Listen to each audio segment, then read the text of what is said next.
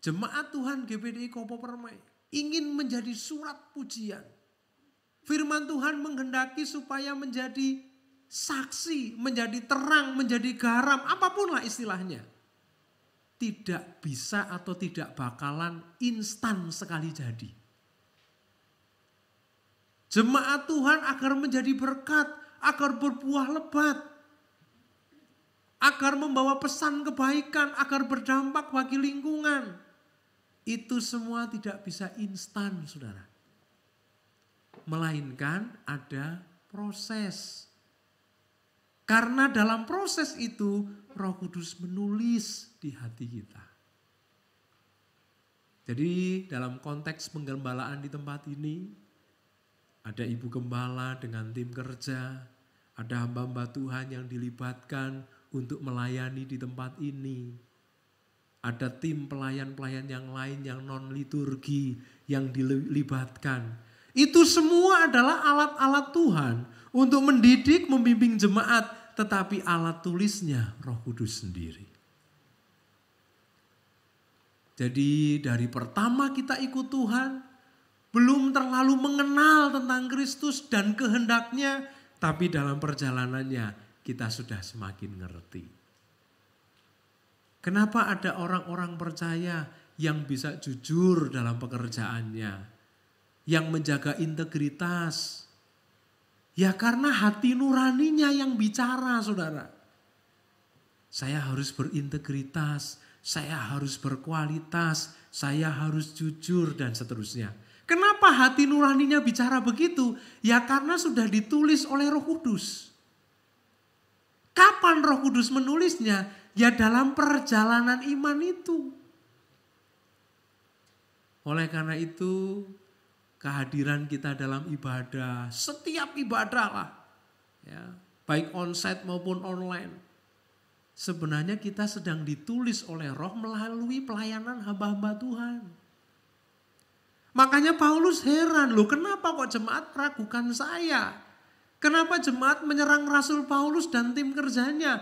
Padahal Rasul Paulus dan tim kerjanya itulah yang melayani jemaat sehingga Roh Kudus menulis di hati mereka firman, ajaran-ajaran, kebenaran-kebenaran yang disampaikan oleh para pelayan. Ini kriteria pertama, saudara. Supaya bisa menjadi surat pujian, sediakan selalu hati kita seperti buku yang selalu siap ditulis. Dan ketahuilah yang menulis adalah Roh Kudus. Ya. Bisa enggak dengan kita belajar Alkitab secara mandiri, rajin baca firman, merenungkan? Oh bisa. Karena memang kita adalah orang-orang yang dijanjikan oleh Tuhan, bahkan sudah diwujudkan, Roh Kudus hadir untuk memberi penerangan, memberi iluminasi, Roh Kudus mengajar. Tetapi memang sesering-seringnya, sehebat-hebatnya kita studi mandiri, kita tetap memerlukan pembimbing. Ya. Seperti saya kuliah dulu, saya juga senang belajar mandiri, saya senang studi mandiri. Sementara mungkin yang lain sudah cukup mendengar di meja kuliah, di kelas, saya belum cukup studi mandiri. Tapi toh itu tetap butuh pembimbing. Jadi berbahagialah Bapak Ibu Saudara yang selalu mengalami bimbingan, didikan, ajaran, nasihat, teguran. Karena dari situ kita sudah masuk kriteria yang pertama, menjadi surat pujian. Sekali lagi, menjadi surat pujian tidak bisa instan. Harus ada prosesnya. Dan logikanya, kalau kita sudah cukup lama ikut Tuhan, berarti buku itu sudah penuh. Harusnya kita lebih berrohani, kita bisa lebih menjadi berkat, kita berbuahnya lebih lebat daripada orang yang baru ikut Tuhan. Tapi ternyata nanti di akhir zaman, saudara, justru yang terdahulu menjadi yang terakhir. Tapi yang muncul terakhir bisa menjadi yang terdahulu. Tapi jangan khawatir, firman Tuhan tidak berkata semua yang terdahulu akan menjadi terakhir. Ayatnya enggak bunyi begitu, saudara. Ada yang terdahulu merosot, melorot menjadi yang terakhir. Berarti yang sudah terdahulu masih banyak yang tetap terdahulu. Yang sudah di depan masih banyak yang tetap di depan. Jangan lengah, jangan merasa cukup dengan didikan dan bimbingan, tapi selalu merasa kurang. Supaya kita terus diisi dan tetap di depan. Kita lihat saja, benda-benda yang berbasis teknologi, kalau lengah sedikit, keselip sama perusahaan yang lain. Yang terlalu pelit teknologi tapi jualnya mahal, akan keselip dengan yang jualnya murah tapi teknologinya hebat.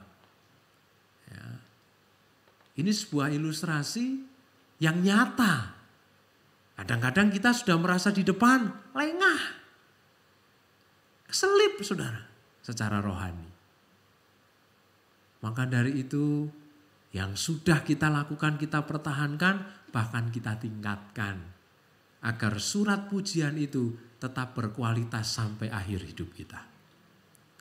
Kriteria yang kedua, saudara. Kenapa Rasul Paulus berkata kepada jemaat bahwa kalian semua adalah surat pujian? Dan ternyata tidak hanya jemaat Korintus, jemaat masa kini, jemaat GPD Kopo Permai juga adalah surat pujian. Kriteria kedua, ayat yang kedua saya baca lagi. Kamu adalah surat pujian kami yang tertulis dalam hati kami dan yang dikenal dan yang dapat dibaca oleh semua orang. Yang kedua, kriteria surat pujian itu surat terbuka. Surat yang bisa dibaca oleh semua orang. Ya. Saudara, kebanyakan manusia, ya, sebagian besar bahkan mungkin seluruhnya, kalau punya kelebihan, ingin diketahui oleh banyak orang. Kalau punya kekurangan, ditutup-tutupi. Ya, itu wajarlah, umum, lumrah. Nah, kalau saya dan saudara itu sering ditulis oleh Roh, dan tulisannya itu adalah kebenaran, nasihat, arahan, bimbingan, maka yakinlah kita adalah buku yang berkualitas. Kita adalah buku yang bagus. Dan buku yang bagus pasti ingin dibaca oleh banyak orang. Dan banyak orang kepingin cari buku yang bagus. Roh Kudus yang menulis kita pasti punya kerinduan supaya tulisannya bisa dibaca banyak orang. Dan kita yang sebagai buku, kita juga kepingin dong dibaca oleh banyak orang. Kalau buku itu masih salah, masih perlu diedit lagi, masih perlu dibongkar lagi, saya yakin belum akan diterbitkan. Saya yakin belum akan atau belum ingin untuk dibaca orang. Tapi ketika buku itu sudah siap baca, dan bagus, maka harapannya dibaca oleh semua orang dan menjadi berkat. Dan sebaliknya dari orang-orang juga kepingin baca buku yang bagus. Carinya pasti buku yang bagus, saudara. Ya. Dulu waktu saya kuliah, sampai hampir ribut sama satpam, saudara. Karena ada buku yang diplastiki, ada buku yang enggak. Ya. Saya tahu yang diplastiki kan nggak boleh dibuka. Tapi yang enggak ya saya baca dong. Oh, namanya kantong mahasiswa. Ya, harus dibagi untuk ini, dibagi untuk itu. Apalagi waktu saya kuliah saya sudah punya keluarga. Tapi saya itu orangnya namanya lahir di Jawa Tengah ya. Sungkan kalau sudah masuk toko lalu kemudian nggak beli. Saya pasti beli, saudara. Walaupun 3-4 jam di toko buku belinya cuma 1. Ya, tapi tetap saya beli. Tapi yang lainnya saya baca. Dan puji Tuhan, kok yang gak diplastik kok yang bagus-bagus juga. Saya sampai duduk bersila, saya baca di situ. Rasanya senang. Bahkan ketika saya lihat buku ini bagus, saya perlu baca lagi, saya beli. Ini kayaknya saya perlu baca ulang ini. Ini banyak memberikan pelajaran. Akhirnya saya beli. Ya. Pasti orang-orang kepingin carinya buku yang bagus, saudara. Saudara baca koran, saudara baca berita online. Yang suka hoak, yang suka ngarang, yang suka ngayal, banyak gitu saudara. Cerita-cerita fiktif dimasukkan seakan-akan ceritanya nyata. Sehingga kalau kita nggak konfirmasi dulu kepada sumber pembanding, kita bisa salah. Akhirnya sudah saya tandai, saya sudah nggak mau baca lagi. Ya. Jadi yang kedua, kriteria surat pujian siap dibaca semua orang. Ya. Bahkan kepingin dibaca semua orang. Karena dia yakin betul, bagus ini. Ya. Isinya nggak mengecewakan. Dan boleh memberi kritik, boleh memberi masukan demi lebih bagusnya buku itu. Ya. Jadi kalau sudah launching, kalau sudah dipublis, itu sudah siap untuk semuanya. Tapi dia yakin tulisannya ini berguna, bermanfaat, tulisannya ini memberkati. Ya. Maka mari saudara, saya dan saudara itu memang diciptakan oleh Tuhan, diselamatkan, kata Efesus 2 ayat 10, untuk melakukan pekerjaan-pekerjaan baik. Ya. Bermanfaat, memberkati orang, berdampak bagi lingkungan. Tapi bagaimana caranya? Ya mereka harus membaca kita. Berarti kita harus hadir kepada mereka. Buku itu harus sampai kepada mereka, saudara. Sehingga untuk menjadi surat terbuka, siap dan ingin dibaca orang, ya berarti memang kita harus hadir di banyak orang. Ya. Kalau kita eksklusif, ya. Kalau kita tidak membuka diri kepada banyak orang, wah bagaimana kita bisa menjadi surat terbuka? Memang kita baik. Kita tidak melakukan kriminal, kita tidak merugikan orang. Tapi kita nggak pernah hadir, saudara.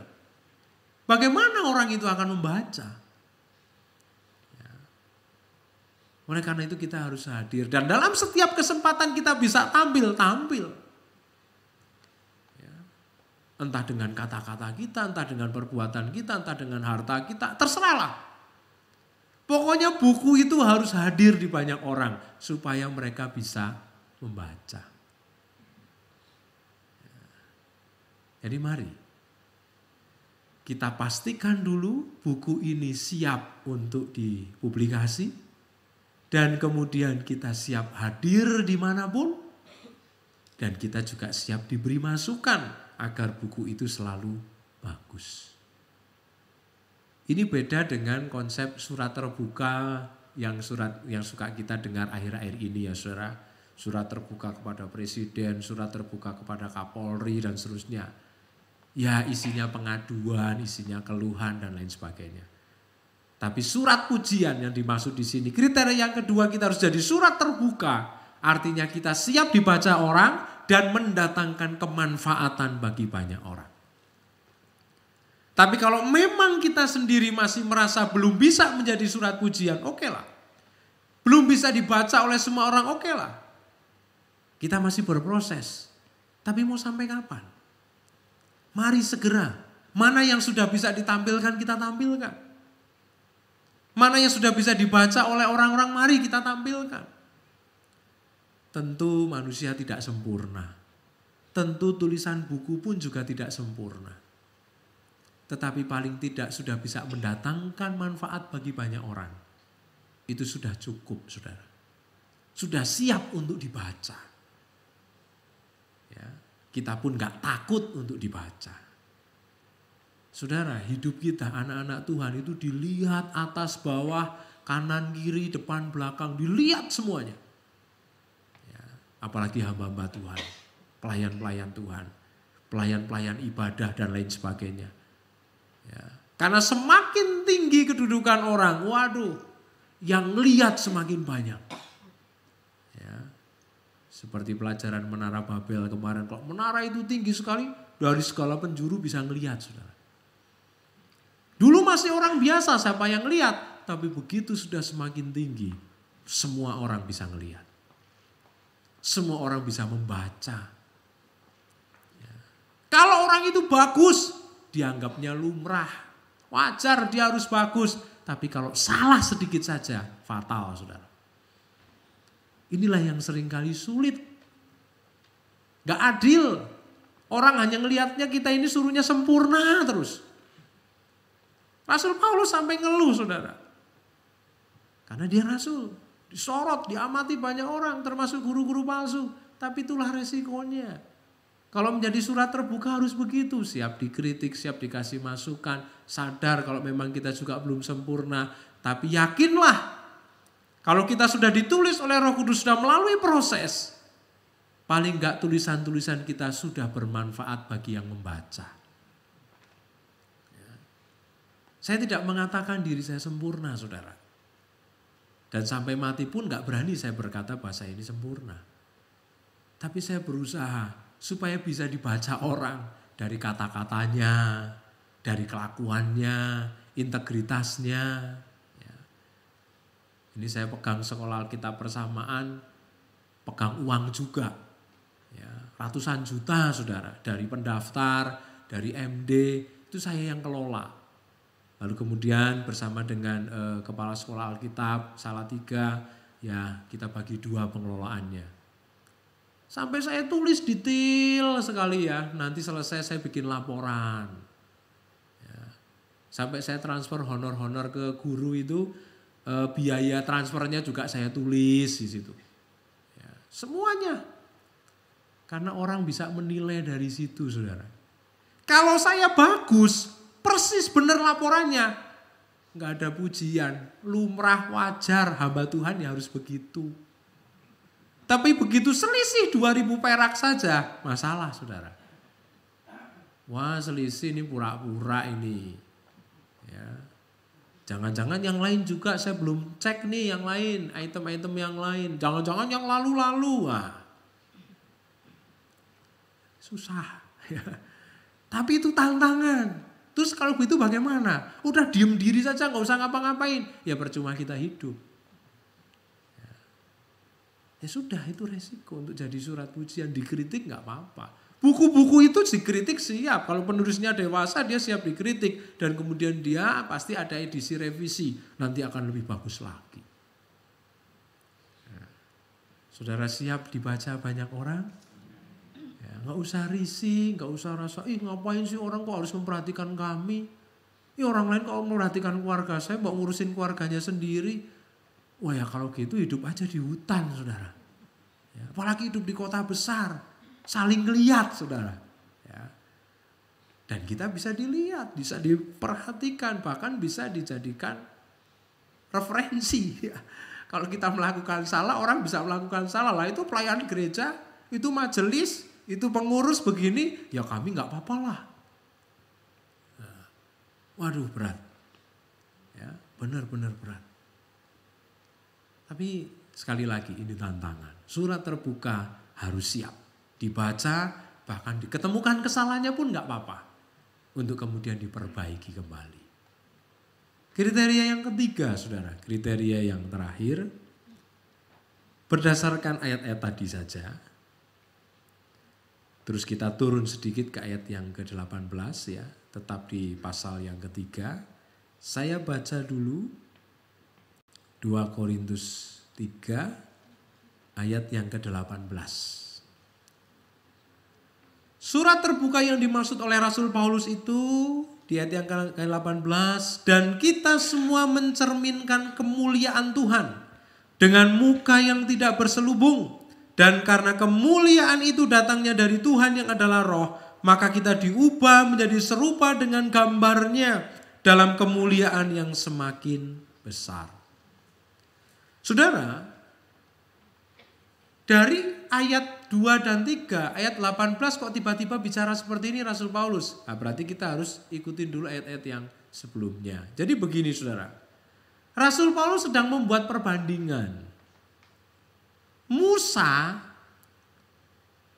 yang pelayanannya itu hukum Tauratnya itu tertulis di batu yang mati, ya, benda mati maksudnya, itu saja dapat kemuliaan. Ya. Dan itu perjanjian lama, hukum Taurat itu tidak menyelamatkan. Hukum Taurat itu justru menunjukkan dosa. Tapi Musa yang seperti itu saja dapat kemuliaan. Apalagi pelayanan perjanjian baru. Itu konteksnya seperti itu. Apalagi pelayanan perjanjian baru. Jadi Rasul Paulus itu memang sedang membela diri, saudara. Karena dia dipojokkan. Ya. Dia diserang. Lalu dia berkata, oke lah, kalaupun kami hina, kalaupun kami jelek, tapi ketahuilah, pelayanan yang dipercayakan kepada kami lebih agung daripada pelayanan Musa. Karena kami ini masuk dalam pelayanan perjanjian baru. Hukum-hukumnya bukan ditulis di batu benda mati, tapi di hati manusia. Ya, seperti itu. Dan pelayanan Rasul Paulus bersama tim itu pelayanan masa kasih karunia, masa anugerah, hukumnya hukum Kristus. Matius pasal 5 sampai pasal 7. Standarnya lebih tinggi. Hukum Taurat tidak dihapus, saudara, tapi justru dinaikkan standarnya. Ya, di hukum Taurat itu kalau membunuh, benar-benar orangnya sudah mati dan ada pembunuhnya baru dikatakan membunuh. Tapi sekarang, kalau kamu dendam kepada saudaramu pas mau berangkat ibadah, harus selesaikan dulu, saudara. Pak, sudah tanggung ibadah jam 7 kurang 10. Saya baru ingat, ya ditelepon. Oh, enggak ngangkat, ya sudah, yang penting hati sudah mengampuni, nanti habis ibadah, lalu kemudian selesaikan. Maksudnya, saudara, dari ayat itu, bahwa dendam itu juga sama dengan membunuh. Maka harus diselesaikan. Marah yang begitu lama, yang membuat kita juga jadi susah, orang yang kita marah juga jadi susah, seperti orang yang lagi dianiaya, itu pun sama dengan membunuh. Ya. Jadi standarnya justru dinaikkan. Nah, pelayan-pelayan masa perjanjian baru ini lebih mulia, saudara. Karena di perjanjian baru semua yang dinubuatkan di PL tentang Yesus sudah digenapi. Yesus sudah datang sebagai penggenapan Taurat. Jadi Rasul Paulus mau berkata begitu. Nah, kalau kalian ini ada di dalam pelayanan masa perjanjian baru, jemaat pun lebih mulia daripada jemaat PL. Saya dan saudara, gereja Tuhan itu sebenarnya lebih mulia dari orang-orang perjanjian lama. Karena kita disebut mempelai Kristus. Kita disebut gereja Tuhan. Yesus sendiri yang berkata, di atas batu karang ini aku akan mendirikan jemaatku. Musa, Elia, dan iya mulia mereka, saudara. Ya, tapi mereka tidak disebut gereja Tuhan. Umat Allah perjanjian lama. Ya. Mereka semua memandang kepada Yesus. Apa yang mereka lakukan termasuk persembahan korban menunjuk pada Yesus. Tapi di kita, Yesusnya sudah datang. Jadi kalau para rasul, kemuliaannya lebih besar daripada para nabi perjanjian lama. Jemaat masa kini pun juga sama. Saya dan saudara lebih mulia dari orang-orang PL. Tapi kita bisa buktikan enggak kalau kita ini lebih mulia dari mereka? Ya. Orang-orang PL, umat Allah perjanjian lama, menyembah berhala, bersinah, membunuhlah apa dan lain sebagainya. Lah kita lebih baik enggak dari mereka? Makanya Tuhan Yesus berkata kepada murid-murid, kalau kehidupan keagamaanmu tidak lebih hebat dari orang-orang Farisi dan ahli Taurat, percuma. Karena kamu tuh lebih mulia. Efesus 1 ayat 13-14. Roh Kudus itu memeteraikan kita sebagai jaminan bagian kita. Sampai kita memperoleh seluruhnya. Lalu kemudian ayat yang ke-18, 19, supaya ia membuat mata hatimu terang, supaya kamu bisa melihat pengharapan kemuliaan. Kemuliaan yang puncak nanti, saudara. Tapi perskotnya, DP-nya sudah kita terima duluan. Karena kita ada di era Roh Kudus yang full. Roh Kudus ada di PL, tapi nggak full seperti di masa kita setelah peristiwa Pantekosta. Jadi jemaat Tuhan sekarang ini lebih mulia. Kalau kita ke Israel nggak usah minder sama mereka, saudara. Wah hebat, lihat tentara pingin foto. Wah foto sama orang Yahudi, keturunan Abraham. Justru secara kelas kita lebih tinggi dari mereka. Karena mereka belum terima Yesus sebagai Mesias. Kita terima Yesus sebagai Mesias. Kalah cepat, kalah star. Ya. Tapi gak apa-apa lah sebagai bukti foto sama tentara ya. Foto sama siapalah lokal guide di situ. Sama yang rahib-rahibnya itu yang lagi begini-begini ya gak apa-apa. Tapi kita gak perlu minder. Derajat kita lebih tinggi, saudara, karena kita gereja Tuhan. Perjanjian lama belum bisa disebut gereja. Umat Allah memang, tetapi kita gereja Tuhan. Ya, eklesia, kita ini mempelai perempuan.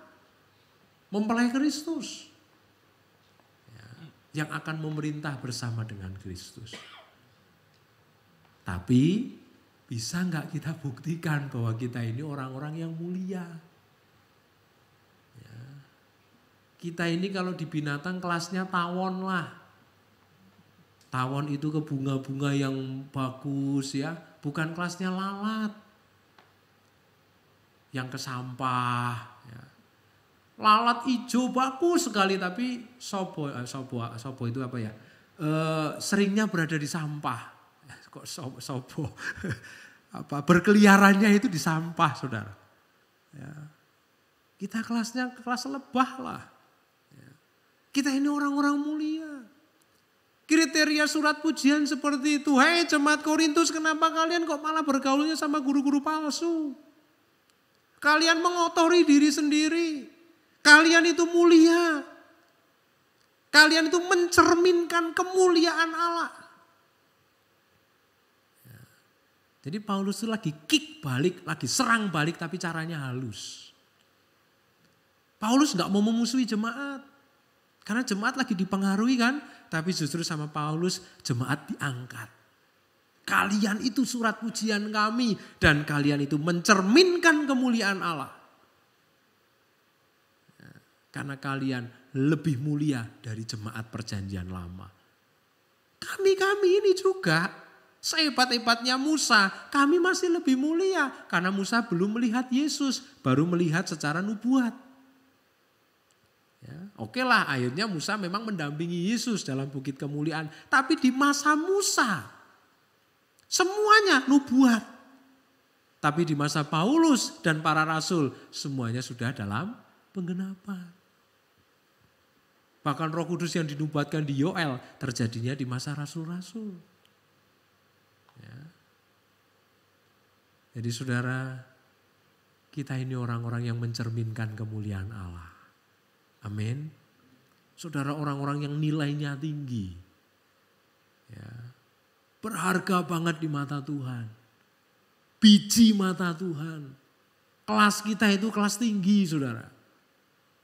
Tapi bukan berarti untuk sombong. Maksud saya, kita sudah tidak mau lagi lah berdekatan dengan sampah.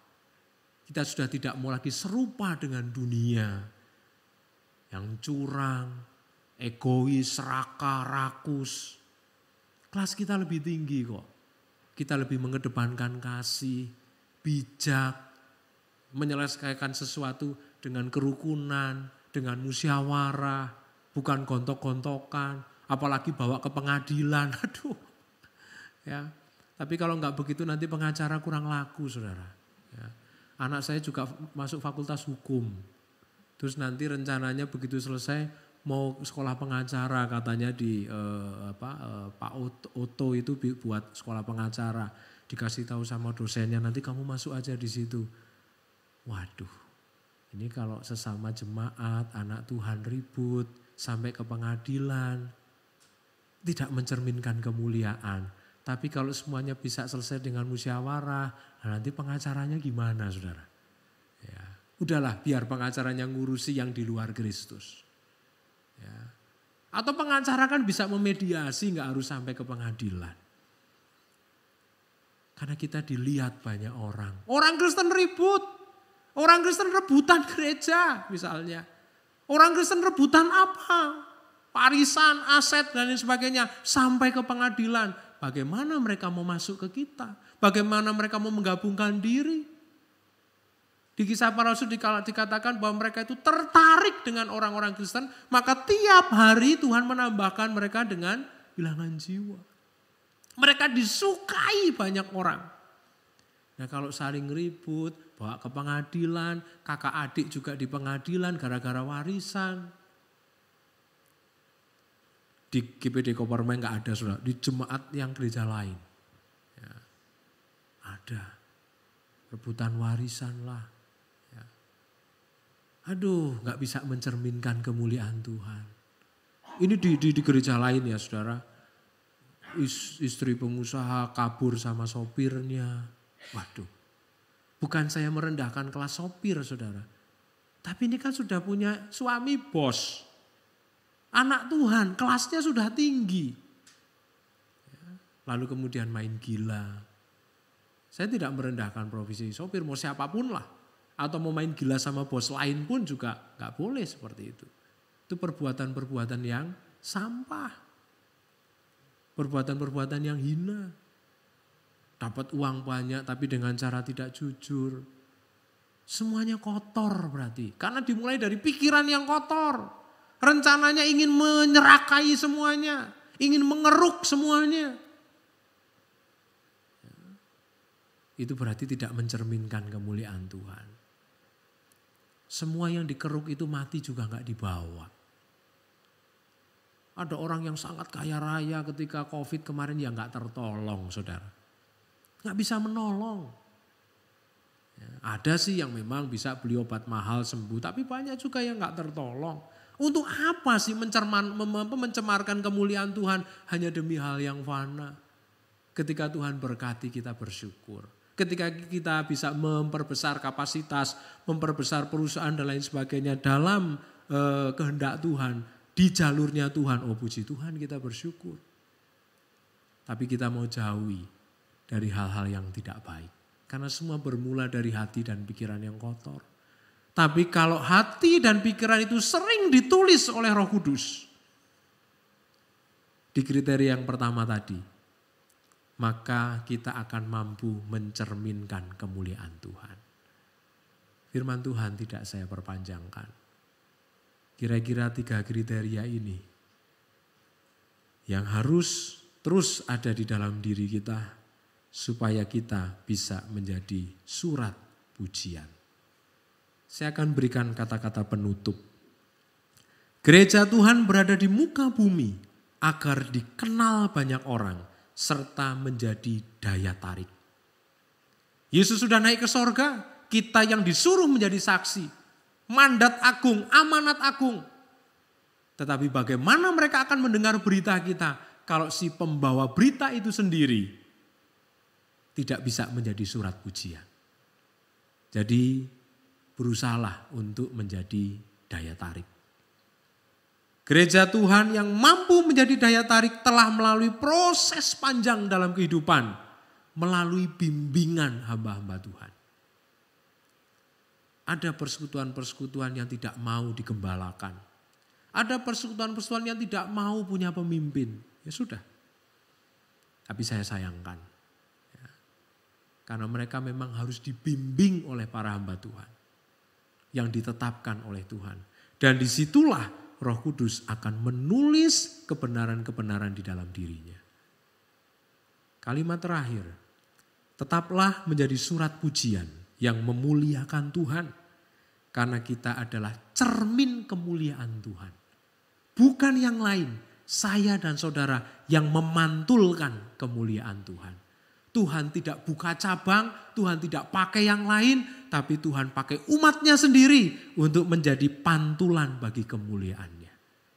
Kita berharga, kita hebat di mata Tuhan karena kasih karunia-Nya. Mari kita datang kepada Tuhan. Seperti Yesus, seperti Yesus. Kita nyanyikan lagu ini, lagu lama.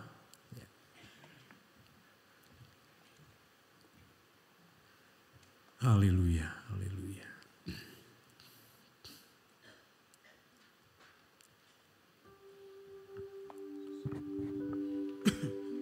Delta, delta, delta. Terima kasih Tuhan, terima kasih.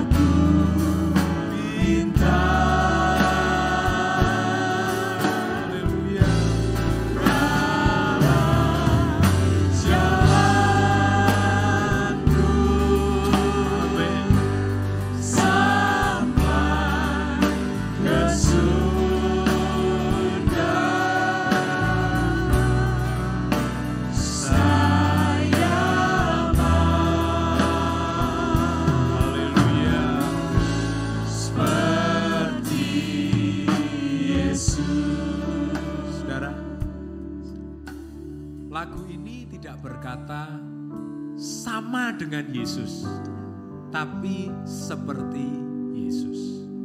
Tidak ada yang bisa sama dengan Yesus. Tetapi untuk menjadi serupa dengan gambaran anaknya, bisa. Karena banyak ayat yang mengatakan begitu, kita akan dibawa sampai serupa dengan gambaran anaknya. Sehingga kita menjadi surat pujian yang berkualitas, surat pujian yang hebat. Tentu saja tidak hanya membawa kemuliaan bagi gereja dan hamba Tuhan, tetapi membawa kemuliaan bagi nama Tuhan. Bukan pekerjaan mudah, para hamba Tuhan pun juga masih bergumul mengenai hal ini. Karena standar bagi hamba Tuhan mungkin 2 atau 3 kali lipat dari jemaat.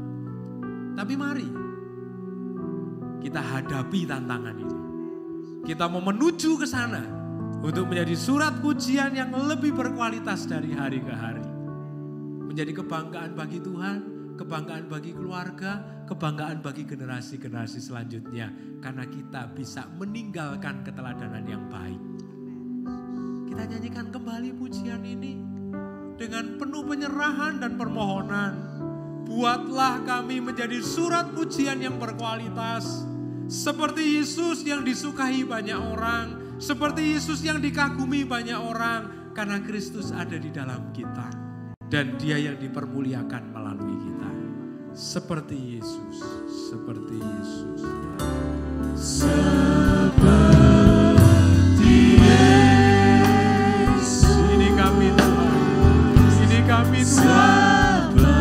Engkau tahu kekurangan kami. Engkau tahu kelemahan kami. tahu ketidakberdayaan kami. Engkau tahu niat kami. Engkau tahu tekad kami untuk menjadi surat pujian. Haleluya. Amin. Amin.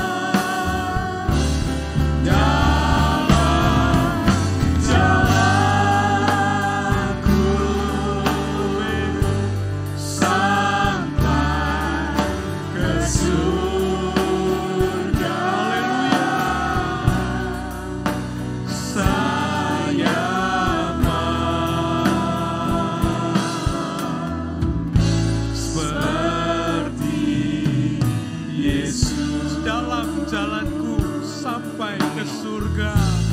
Dalam jalanku, haleluya, sampai ke surga.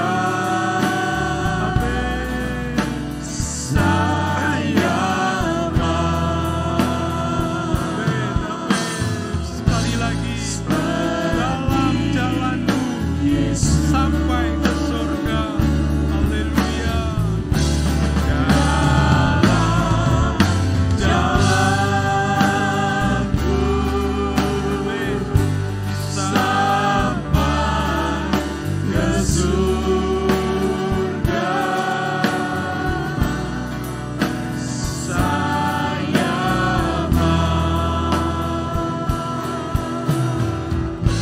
seperti Yesus. Kami bersyukur Engkau menghendaki kami yang ada di ruangan ini dan yang juga sedang mengikuti ibadah online. Kami jemaat Tuhan di tempat ini bersama para pelayan menjadi surat pujian yang mempermuliakan nama Tuhan.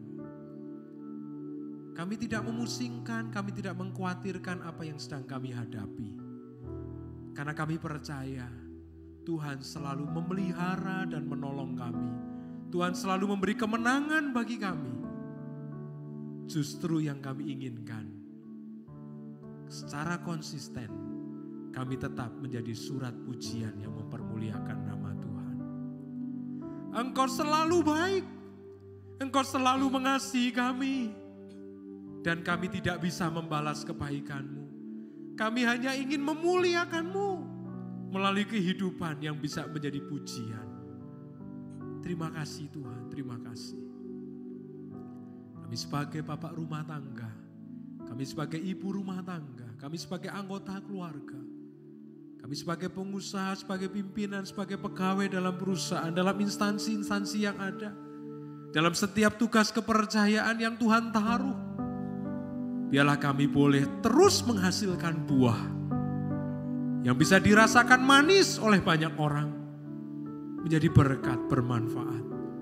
Inilah isi hati-Mu dan ini juga kerinduan kami.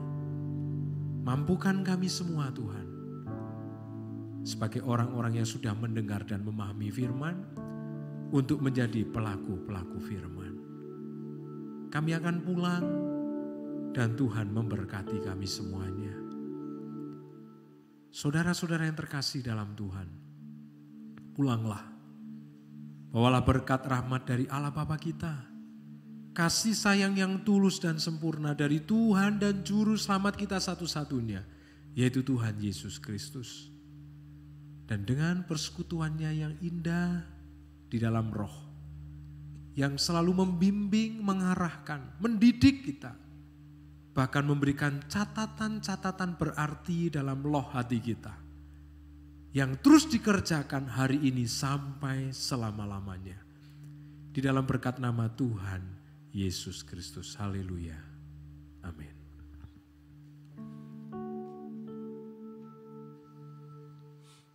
Puji Tuhan.